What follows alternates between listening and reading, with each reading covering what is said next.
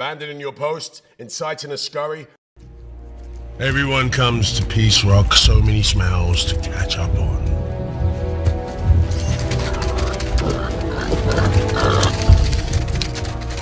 But,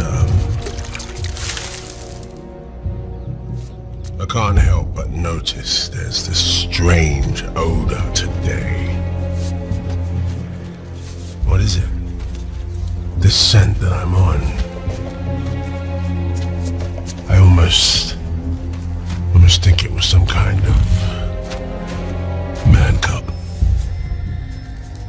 Mowgli? They've given it a name.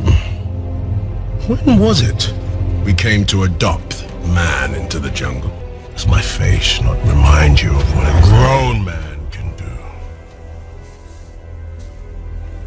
Shift your hunting ground for a few years and everyone forgets how the law works. Or let me remind you, a man cub becomes man, and man is forbidden! No, I'm deeply respectful of these laws that keep us safe. So here's my promise. Nothing lasts forever. The rains will return, and the river will rise, and when this rock disappears, that truce will end. You want to protect him, fine.